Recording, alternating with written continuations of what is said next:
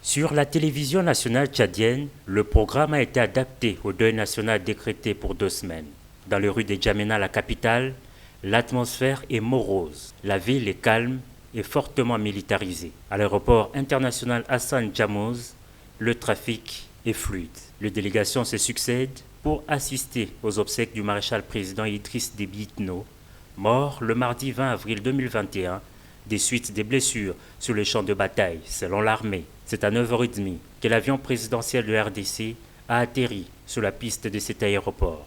À son bord, le président de la République démocratique du Congo et président en exercice de l'Union africaine, Félix Antoine Tshisekedi Tshilombo, accueilli par le vice-président du Conseil militaire de transition, le général de division Djimadoum Tireyana et un comité restreint d'accueil de la République démocratique du Congo. Aussitôt accueilli, Félix Tshisekedi a été conduit à la place de la Nation au 2e arrondissement de la ville pour assister aux obsèques nationales. Dans la tribune, plusieurs chefs d'État et de gouvernement, une dizaine au total, parmi lesquels le président français Emmanuel Macron. 3 temps forts ont marqué la cérémonie. D'abord les hommages militaires avec l'entrée sur la place de la Nation de la dépouille d'Idriss Déby Itno. 21 coups de canon ont retenti lors de ces hommages. S'en est suivi le recueillement devant la dépouille par le chef d'État et de gouvernement. Le président en exercice de l'Union africaine, aux côtés du président français Emmanuel Macron, se sont inclinés devant le cercueil du maréchal tchadien. Leurs homologues ont aussi rendu hommage au défunt Idriss Déby Itno. Et le grand chancelier a été invité par la suite à déposer les attributs du maréchalat sur le cercueil. Des témoignages émouvants ont été faits par la première dame, épouse du défunt, et par 2 fils Itno.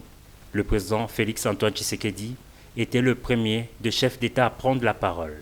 Dans sa casquette de président en exercice de l'Union africaine, il s'est dit consterné par ces disparitions et a promis l'accompagnement de l'Union africaine dans cette période de transition.